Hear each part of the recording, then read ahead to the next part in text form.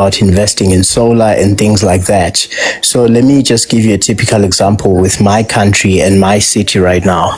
So, South Africa's latest mid-year population estimate for 2024 shows that our population grew by 800,000 people, which is about 1.33% increase from last year, right? That is according to Stats SA.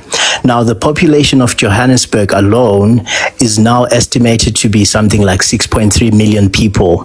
That is, the greater Johannesburg kind of metropolitan area. This gentrification leads to an increase in poverty and slums and things like that, because, it's become a town planning crisis for us, because such a small province, for example, is the most densely populated. Now, that is because of the number of people that come here from these African countries and elsewhere, and that puts a strain on our infrastructure. Currently in Johannesburg alone, we have intermittent water shortages, right? Our water is being rationed because the demand is too high. That the same goes for the electricity grid, which is also overpowered, and it's overpowered because of the slums that have been created in addition to our very own by the people from these countries, and that puts a strain on the electricity grid. It also puts a strain on our healthcare and things like that. So how can we even begin to develop without first addressing these issues? So for South Africa, it is very relevant. It is very important that these people who flock here illegally on a daily basis first go away before we can look into developing our country. Thank you.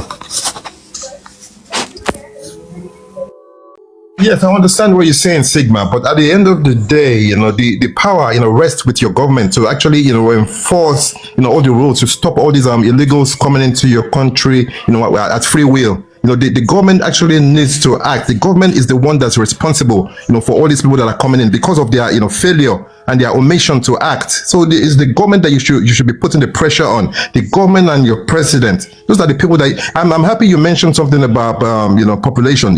That's one of the biggest problems we're facing in Nigeria at the moment is overpopulation. And as our population is increasing, whereas the level of living is not increasing.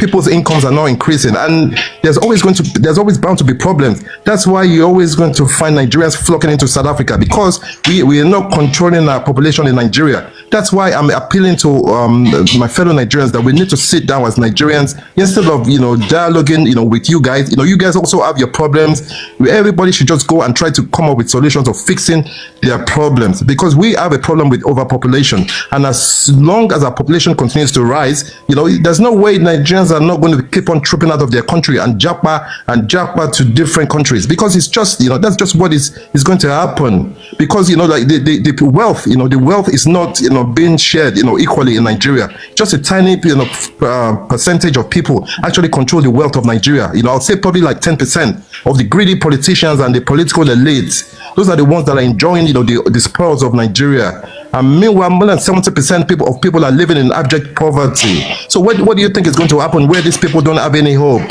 When they don't have any, that's why Nigerians are, perishing in the Sahara Desert. That's why they're perishing in the Mediterranean Sea, because of all these factors I've just listed. And that's just the, honest truth. Yeah, no, I hear Thank you so much. Nigeria, like South Africa, is a very wealthy country. South Africa is a very wealthy country, but at the same time, South Africa has a lot of issues. Nigeria is a very wealthy country. Nigeria too has a lot of issues, and we all need to address those issues. Thank you. Thank you so much. I will respectfully ask you to open a platform to use this idea as a medium of education to Nigerians. Because this make a whole lot of sense. Yes, man, I have various platforms, to be honest, Oh, thank you so much. I appreciate it, because the issues here, most Nigerians don't understand what's going on here, and everything we're doing on here, or everything we say on here, Nigerians feel like it's an attack to them because South Africans are attacking them in South Africa, and they don't understand exactly what is happening to the continent as a people. I'm sorry, Ethman, can I just say something? Golka, the overpopulation that we have in South Africa, right? It is caused by immigrants. In Nigeria, I don't think the overpopulation that you guys have is caused by any immigrants, but by Nigerians. Isn't that a Nigerian problem? Or you guys are having an influx of immigrants that are causing this overpopulation? Yes, definitely. Definitely is a Nigerian problem. That's why I'm saying that, because it's a problem, that we can't control. That's why it's spilling into other countries like South Africa. So the overpopulation that we have in South Africa, it is caused by immigrants. The one you have in Nigeria is caused by Nigerians. So the points that you are raising, we cannot relate because yours is caused by your people. If the overpopulation in South Africa that we have was caused by South Africans, I would understand. But it's not. So this is why we are here and we are talking. Kayla, I also wanted to ask, why is the South African government not actually taking adequate measures to actually deal with all these, grievances that the ordinary civilians are raising, the citizens of South Africa? Because you obviously have issues that I'm sure you've been addressing your government. But how come of Nigeria government? Sorry, Edmund, I want to correct this because this statement is being used a lot by Nigerians in particular. Speak to your government. Speak to your government. So what you need to understand, brother, in a democratic establishment such as South Africa, how it works is we elect leaders through our vote, right? Which gives us the ultimate authority to decide how the state affairs are run, which means that politicians are just representatives that are elected to serve us. So in South Africa, politicians and those in power are not our rulers, okay? They are not our rulers, they are servants. So the people are the government ultimately because they have the power to influence directly the policies of the country. This is why we have mechanisms through, such as referendums and petitions and things like that. So because if you really think about it, if politicians were truly the government, then why wouldn't they be answerable to the people? It's because the people have the power to remove or re-elect them whenever they deem fit. In South Africa, that is how it works. The people of this country are the government, okay? And you are invalidating our effort if you're going to tell us that speaking like this is not helping. It actually is, because it starts with awareness. Even those in power tune into these platforms. They have agents that come and listen to public sentiment and how people really feel about the state of their country right now. So this is actually the starting point. And then the next phase is to take to the streets, for example, or draft a petition or some kind of letter of demand to tell them exactly what we want, because we are the government. Otherwise, they could just reject anything we say. So I want to correct this. I want to dispel this myth. South Africa is a democratic country. It is not a military dictatorship like most of these countries that some of these deplorables come from. So in South Africa, we are the government. So please, brother, you must refrain from telling us about a government as if that is a separate entity. We are the government in this country.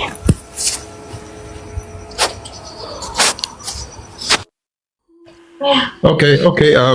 Yes, you're entitled to your opinion about what you feel about your government. But what I'm trying to say is that for the fact that the South African government actually sees a need to actually bolster relationships with Nigeria in terms of economic investment, trade, that must be telling you something about the fact that this South African government actually sees Nigeria in a different in a different way from what you ordinary South Africans see. You people are seeing Nigerians that are come to your country committing crime, but the government is seeing Nigeria in terms of a trade partner that's actually valuable. So that's where the disconnect is coming from. It's now that you need to align your concerns with that. The government needs to share your concerns and your plight, but at the moment it seems that they're not doing so because they don't see Nigerians the way you see Nigerians. They see Nigeria, they see opportunity. You see Nigerians, you see a virus.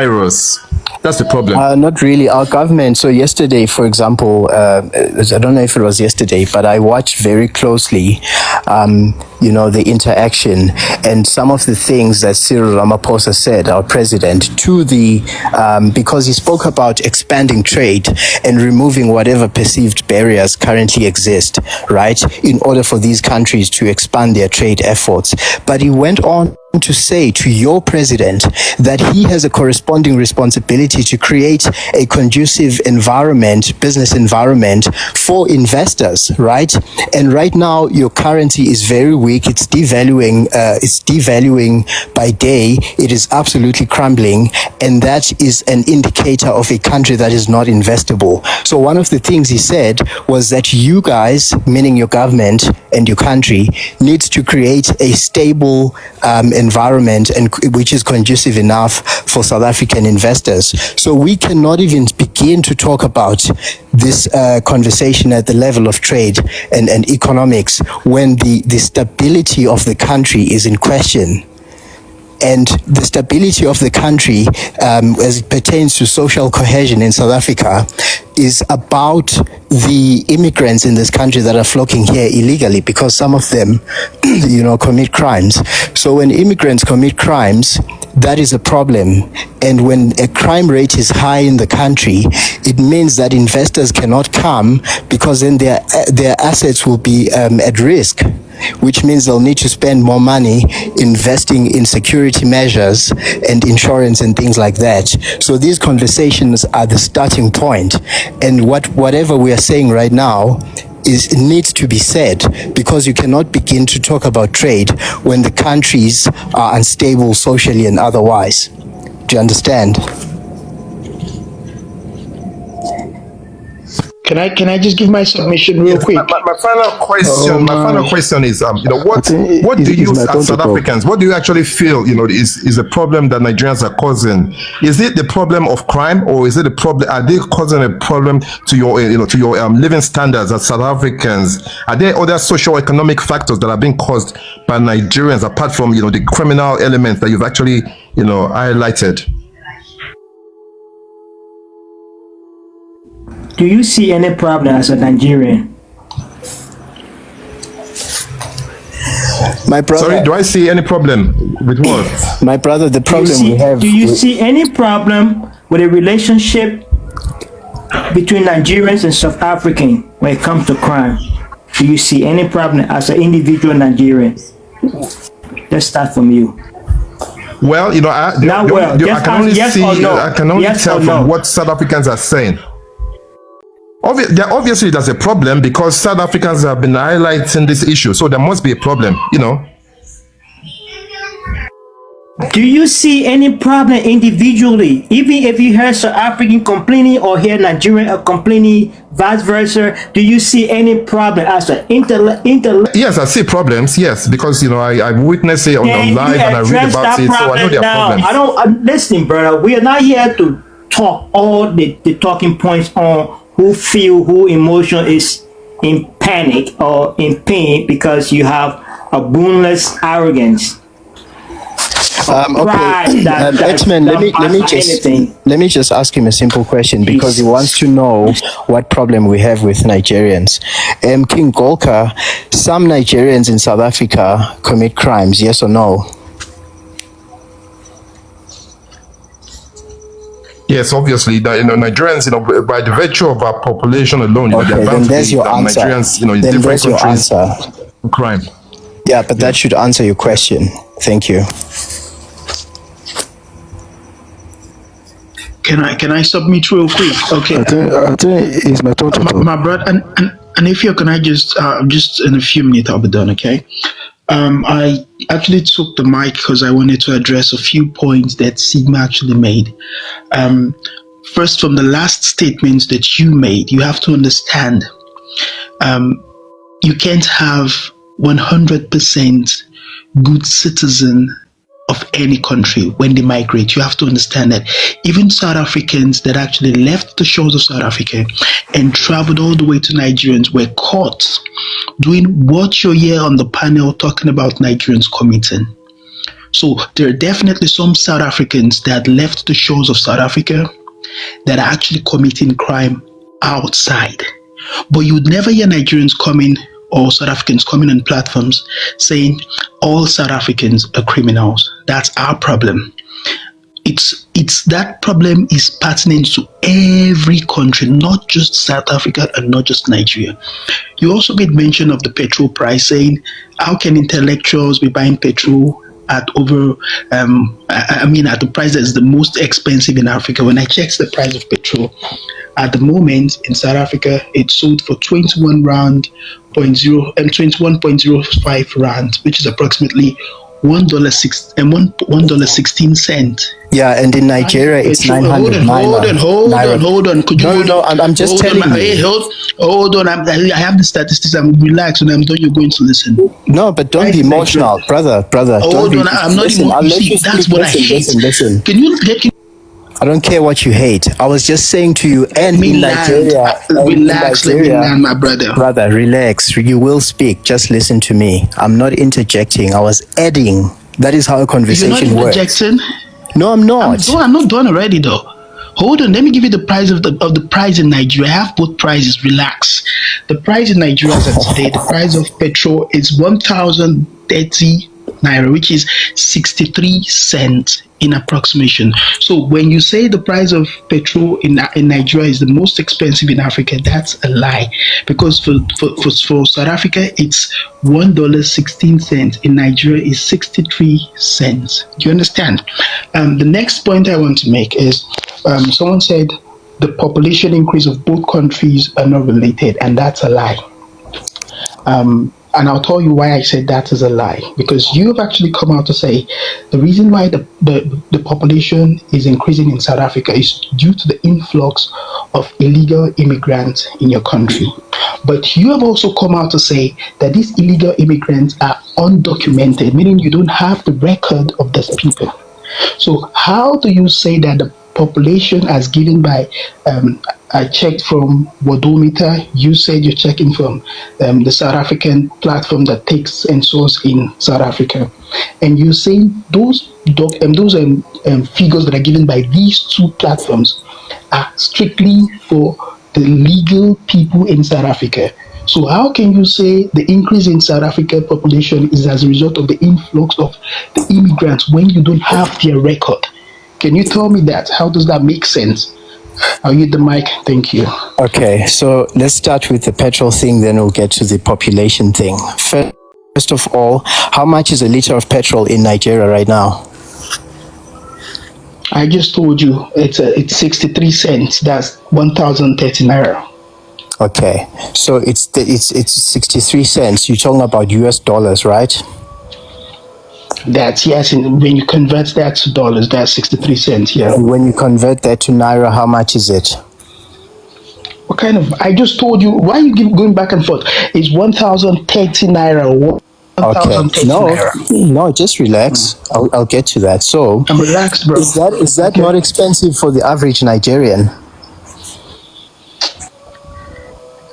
What? Is 1,000 naira for a liter of petrol not expensive in your opinion? How do you define the average Nigerian? Could you put your premise around the definition of the word average Nigerian to me? I want to understand what that means. The average Nigerian is a Nigerian who is not rich. This could be a middle class. Wait, hold on. You guys don't have a middle class. Just the common man who is not wealthy. Is that not expensive for the average Nigerian? Do you know the word average Nigerian? That phrase is relative. What you consider average is actually different from what I consider average. Do you understand the word relative? Do you know what it means? Yes, I do understand. Do you know what it means? So that's my question. Yes, I do. So there's no particular, there's no facts to back that the word average Nigerian means somebody that earns between this income to this income. That would say, okay, we have a population that says the majority fall within this class when you talk about average Nigerians. Do you understand? Okay. So the word is relative. So to me, I can afford that. So I think you wouldn't want to call me average. Brother, but how many people like me do you have? Okay, hold on. Okay, yeah, so, right, I can hear you.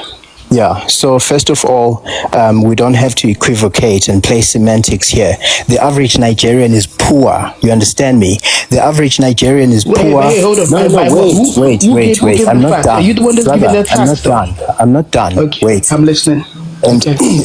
you can't just play semantics. Okay, the average Nigerian is poor, absolutely poor. In fact, I would argue you guys don't have a middle class. You only have the poor and the rich. It's that simple. When I say the average, just listen. When I say the average Nigerian, I'm talking about the poor person in Nigeria. And you guys have such expensive petrol right now because 1,000 naira for a liter of petrol for a country that produces, oil, that is so much oil, is just insane. And I was debunking the guy who said you guys have a high IQ. And I'm saying that is the lowest IQ situation I've ever seen. Right? Now let's get to the population thing. What is the population of South Africa right now? No. Before you go to the population. No. Wait. You don't tell me that because it's my point. I gave the points to remember. How would you tell me what points that I gave? You said and I contradicted though. No, brother. You made a submission. You said you will yield the mic. I have to carry on now. Let's get to the population thing. What is the population? But how do you go to another point when I'm not clear? When I'm not done, I'm not. You rebuttal him. I'm not sure what you're so saying. he has the right to defend himself. Headsman, hold on, I'm coming to you. Don't worry, relax. The point I'm trying to make relaxing. is how do you jump? Facts. How do you jump to another topic when we haven't clarified what we have on ground? No, you're saying we don't have average. No, hold on. Listen, by your own submission, you said the average Nigerian. Then you went back and said, as a matter of fact, you're going to cancel that. There is nothing like the average Nigerian. So you're saying the poor Nigerian, and you have just two classes. You have the poor Nigerians, and you have the rich Nigerian. Okay, you had a flow to rebuttal that. You said, "Oh no, they are poor Nigerians." Mr. Hetman, hold on, don't interject. Don't. Mr. Hetman, don't shut up now. Relax, calm down. Let's talk. Be quiet. Now, the point I'm trying to make here is, if you're saying you're going to scrap the middle class, which is the average Nigerian, and we're saying you have the poor Nigerian and the rich Nigerian, are you trying to tell me that you don't have the poor South Africans that can't afford $1.16? And this man answered the question. What does this have to do with South Africans? Because because you saying, listen, you have to understand these words that I'm going to say. No, answer the question before you make someone understand words. Oh God, would you keep quiet? Let me land. Don't interject and start disturbing my train of thoughts. The point I'm trying to make is, you're saying the poor Nigerian, the word poor is something that is general in every country. So $1.16 is also very high for the poor South African to afford for a liter of petrol. So it's not like we are having a problem. The average Nigerian. Wait, let me land. Why are you interjecting? No, don't be emotional. You also interjected me, brother. Wait. Hey, stop. Let him talk. Stop interjecting him. Let him talk. Let me land. Relax. Sigma, hold on. Wait. Let him talk. Stop interjecting him. Let him talk. Sigma, calm down. Sigma, calm down. Relax. Let him calm down. That's not going to happen here. You interjected. Sigma, you have to let him talk. Sigma, you have to let him talk. You have had the opportunity to talk for a while. Sigma, let him talk, please. Okay, first of all, I don't know who you are, and you're not going to come here and dictate anything. I was still submitting. He then interjected.